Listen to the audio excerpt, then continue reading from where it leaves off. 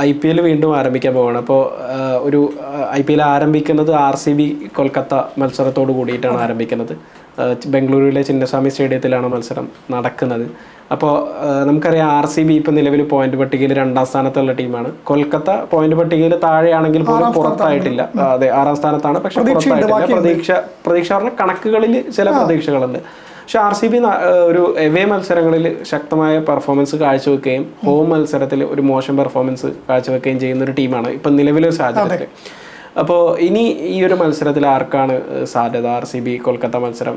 RCB ആണ് പെർഫോമൻസിന്റെ കാര്യത്തിൽ മുന്നിൽ, പക്ഷെ ഈ പറയുന്ന അവരുടെ ഹോം മത്സരമാണ്. എന്ത് തോന്നുന്നു ഈ മത്സരത്തെ കുറിച്ച്? ഈ ഹോം മത്സരത്തിന്റെ ഒരു പിരിശാപം പോലെ തന്നെ ഉണ്ടായിരുന്നത്, പക്ഷെ അത് രാജസ്ഥാനെ തോൽപ്പിച്ച് നമ്മൾ മറികടന്നു എന്ന് പറയാൻ വേണ്ടി പറ്റും RCBക്ക്. അപ്പം അത് വെച്ച് നോക്കുമ്പം ഈ പറഞ്ഞ ഒരു വലിയ കടമ്പ കടന്നിട്ടുണ്ട്. ഇപ്പം ഹോം ഗ്രൗണ്ടിലും ജയിക്കാൻ പറ്റുന്ന ടീമായി മാറിയിട്ടുണ്ട്. അതുകൊണ്ട് അത് വെച്ച് നോക്കുമ്പോഴാണെങ്കിൽ പിന്നെ ബാംഗ്ലൂർ തന്നെയാണ് മുന്നിൽ നിൽക്കുന്നത്. കൊൽക്കത്തക്കെതിരെ ഈ പറഞ്ഞ അടുത്ത കാലത്ത് ഈ സീസണിൽ പ്രകടനം വെച്ച് നോക്കുമ്പോൾ ഒരു ആധിപത്യം ഉണ്ട്. ഈ വിരാട് കോഹ്ലിയും പടിതറ നയിക്കുന്ന സംഘത്തിന് രഹാനയെ വീഴ്ത്താൻ വേണ്ടി പറ്റുന്ന സംശയമൊന്നും. കാരണം അവിടുത്തെ ഈ ഫോം നമ്മൾ അവിടെ ഏറ്റവും കൂടുതൽ ടീമിന് കരുത്താകുമെന്ന് കരുതിയ താരങ്ങൾ മധ്യനിര തന്നെ പറയാം. ആ താരങ്ങൾക്ക് വലിയ സംഭാവന നൽകാൻ വേണ്ടി ടീമിന് പറ്റിയിട്ടില്ല. വെങ്കടേഷ് അയ്യരും റിങ്കു സിംഗും തുടങ്ങിയ താരങ്ങൾ വരുമ്പം അത് അവിടെ പിന്നെ ആ ഒരു ഇത് കാണുന്നില്ല. രഹാനയുടെ ഒറ്റപ്പെട്ട പ്രകടനങ്ങളും പിന്നെ റസലിൻ്റെ ഇടയ്ക്ക് വന്ന് ബോളിങ്ങിലൊക്കെ തുടങ്ങിയ ഒരു പ്രകടനങ്ങൾ മാറ്റി നിർത്തിയാൽ ആ ടീമിനകത്ത് വലിയൊരു ഇത് മുന്നോട്ട് പോകാൻ വേണ്ടി പറ്റിയിട്ടില്ല. അതുകൊണ്ട് തന്നെയാണ് ഈ സീസണിൽ 6ാം സ്ഥാനത്തേക്ക് ഇപ്പോൾ കിടക്കുന്നതും സേഫ് പറഞ്ഞാൽ കണക്കിലെ കണികൾ വെച്ച് മുന്നോട്ട് പോകാൻ വേണ്ടി ആശ്രയിക്കേണ്ടി വരുന്നതും. പക്ഷേ നേരെ തിരിച്ചാണ് എല്ലാ വർഷവും ഉണ്ടാവാറുള്ളത്. ബംഗളൂരുവാണ് ഈ പ്ലേ ഓഫിന് അടുത്ത് നമ്മൾ കാൽക്കുലേറ്റർ എടുത്ത് കണക്കൂട്ടിയിരുന്നിട്ട് അവസാന മത്സരങ്ങളിൽ 14 പോയിന്റുമായിട്ടൊക്കെ ക്വാളിഫയറിൽ പ്ലേ ഓഫിലേക്ക് വരുന്ന ടീമായി മാറുന്നത്. പക്ഷേ ഇപ്രാവശ്യം അങ്ങനെ കാണുന്നില്ല എന്നുള്ളൊരു ഇതുണ്ട്.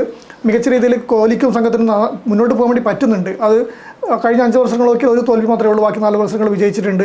ഈ രീതിയിലാണുള്ളത്. ഈ ബംഗളൂരിലെ പിച്ചിൽ ഈ പറഞ്ഞ ഒരു ചെറിയൊരു ആശങ്ക ഉണ്ടെങ്കിൽ കൂടി അത് മറികടന്നിട്ടുണ്ട് എന്നുള്ള ആ പ്രതീക്ഷ തന്നെയാണ് മുന്നോട്ട് പോകുന്നത്.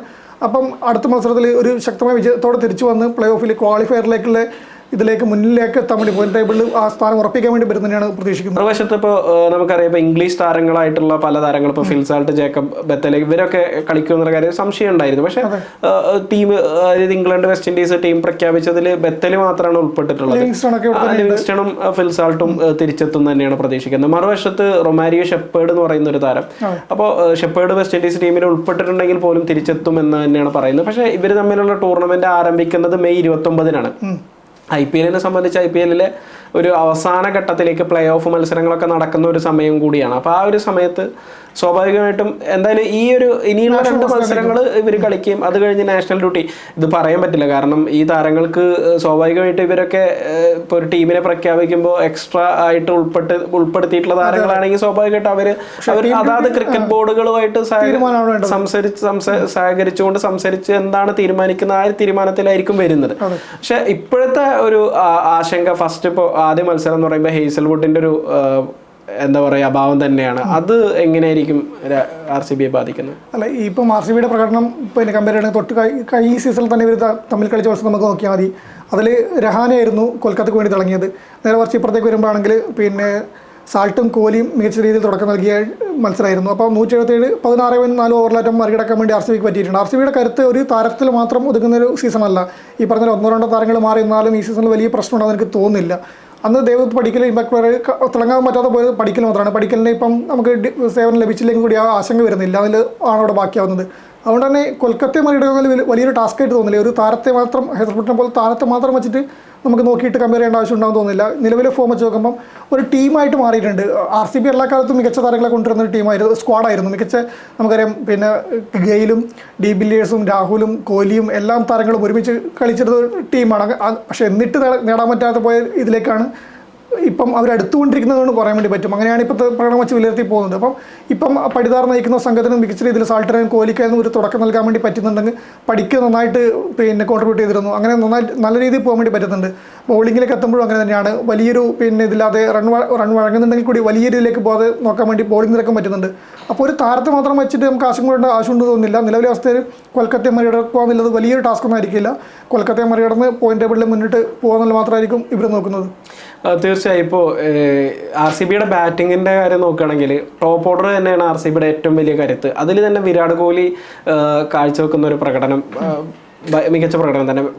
അത് മാത്രമല്ല മധ്യനിര അത്ര മോശം പ്രകടനമൊന്നുമല്ല RCBക്ക് വേണ്ടി നടത്തുക. ഇപ്പോൾ നമ്മൾ ഇപ്പോൾ ചില ടീമുകളുടെ കാര്യം പറയുകയാണെങ്കിൽ ടോപ്പ് ഓർഡറിനെ അമിതമായി ആശ്രയിക്കുന്നു എന്നൊക്കെ പറയും. പക്ഷെ RCBനെ സംബന്ധിച്ച് മധ്യനിര അല്ലെങ്കിൽ അവർ കളിക്കേണ്ട ഒരു സാഹചര്യത്തിൽ അവർ മികച്ച പെർഫോമൻസ് നടത്തിയിട്ട് ഇപ്പൊ ടിം ഡേവിഡിനെ പോലുള്ള ഒരു താരം അത് അവസാന സമയമൊക്കെ വന്ന് അടിക്കുന്ന ഈ അത് മാത്രമല്ല ഇപ്പൊ റൊമേരിയോ ഷെപ്പേർഡ് ഇപ്പൊ ലിവിങ്സ്റ്റൺ ഒക്കെ പകരമായിട്ട് വന്നിട്ട് ഇപ്പൊ CSK-നായിട്ട് നമുക്കറിയാം ഒരു മികച്ച തുടക്കം കിട്ടിയ RCB അവസാനം പിന്നെ ഒരു മധ്യനിര വലിയ രീതിയിൽ വിക്കറ്റുകളൊക്കെ നഷ്ടപ്പെട്ട് ഒരു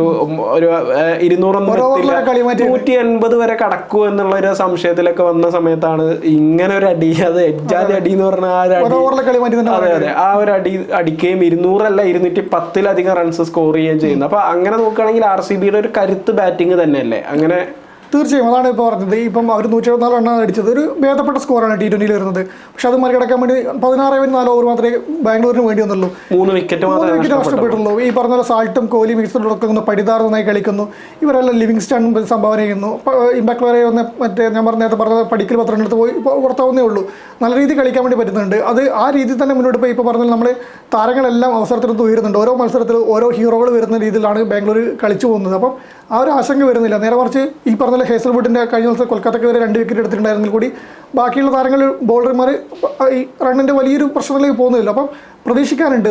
തിരിച്ചുവരവിൽ നന്നായിട്ട് തന്നെ ചെയ്യാൻ വേണ്ടി പറ്റുന്ന പ്രതീക്ഷിക്കാം. ഈ തിരിച്ചുവരവ് എന്ന് പറഞ്ഞാൽ ഒരു ബ്രേക്ക് കഴിഞ്ഞ് വീണ്ടും വരുന്നു. ഇനിയിപ്പോൾ താളം ഏതൊക്കെ ടീമിനും താളം നഷ്ടപ്പെടുന്നത് ആ ഒരു കളിയുടെ ഗതിയെ എങ്ങനെ ബാധിക്കുന്നതൊക്കെ നമ്മൾ കണ്ടറിയേണ്ടതുണ്ട്. അത് അതിൻ്റെ ഒരു വലിയൊരു ഇത് വരുന്നുണ്ട്. ചിലപ്പം മുൻ സീസണിൽ നമുക്ക് എനിക്ക് തോന്നുന്നത് ഏതൊരു IPL പിന്നെ കോവിഡിൻ്റെ സമയത്തായിട്ടാണെന്ന് തോന്നുന്നു മത്സരം മാറ്റി വെച്ച് വന്നപ്പം കൊൽക്കത്തയിൽ തിരിച്ചുവരവൊക്കെ കണ്ട സീസൺ ഉണ്ടായിരുന്നു. വെങ്കടേഷ് അയ്യരൊക്കെ വല്ലാണ്ട് മാറി വന്നൊരു സീസണൊക്കെ ഉണ്ടായിരുന്നു. അതുപോലെ എന്താണ് സംഭവിക്കുന്നത് കാത്തിരുന്ന് കാണേണ്ടി വരും. ഇപ്പോൾ ഫോം ഔട്ടായ താരങ്ങൾ ഈ നമ്മളിപ്പോൾ പറഞ്ഞു വെച്ചതിൽ വെങ്കടേഷ് അയ്യരും പിന്നെ റിങ്കു സിംഗും തിളങ്ങിയിട്ടില്ലാണ്. അവർ തിരിച്ചു വരുന്നത് എങ്ങനെയായിരിക്കും എന്ന് കണ്ടറിയേണ്ടതുണ്ട്. ഈ പറഞ്ഞ പോലെ കടലാസിലെ കണക്കുകൾ മാത്രമാണ് ഇനി പ്ലേ ഓഫ് സാധ്യതകളെന്ന് പറയുമ്പോഴും അതിലേക്ക് സ്ഥാനത്ത് നിന്ന് കയറി വരാൻ വേണ്ടി കൊൽക്കത്തക്കും പറ്റിയേക്കാം. അതിന് കൊൽക്കത്തക്ക് ജീവൻ മരണ പോരാട്ടം തന്നെയാണ്. ബാംഗ്ലൂരിനെ വീണ്ടും പറഞ്ഞാൽ നമുക്ക് അടുത്ത മത്സരം നോക്കാമെന്ന് പറയുമെങ്കിൽ അല്ല, ബാംഗ്ലൂരിനെ സംബന്ധിച്ച് അതായത് ആദ്യ 2 സ്ഥാനങ്ങളിൽ ഉറപ്പിക്കുക എന്നുള്ളതാണ് ബാംഗ്ലൂർ. കൊൽക്കത്തനെ സംബന്ധിച്ച് ആദ്യ 4 സ്ഥാനങ്ങളിലേക്ക് എങ്ങനെയും കയറുക എന്നുള്ളതാണ്. പക്ഷെ അത് അത്ര എളുപ്പമുള്ള നമുക്ക് ചരിത്രം നോക്കുകയാണെങ്കിൽ ഏറ്റവും ഈ ടീമുകൾ തമ്മിൽ 35 മത്സരങ്ങൾ കളിച്ചതിൽ 20 മത്സരം കൊൽക്കത്ത വിജയിച്ചിട്ടുണ്ട്. RCB 15 മത്സരങ്ങൾ. ഈ ഇപ്പോഴത്തെ ഒരു സീസൺ വെച്ചിട്ട് നമുക്ക് ചരിത്രത്തെ ഒന്നും ഒരു കാര്യത്തിലും അങ്ങനെ ചരിത്രം വെച്ചിട്ട് അങ്ങനെ വിലയിരുത്താൻ കഴിയില്ല. കാരണം ഇപ്പോൾ ഈ സീസണിലെ ടീമുകൾ ഇപ്പോൾ പല ചരിത്രത്തിനും എതിരായിട്ടുള്ള തരത്തിലാണ് പല ടീമുകളും പ്രകടനം നടത്തുന്നത്. കാലാവസ്ഥ പ്രശ്നമുണ്ട്.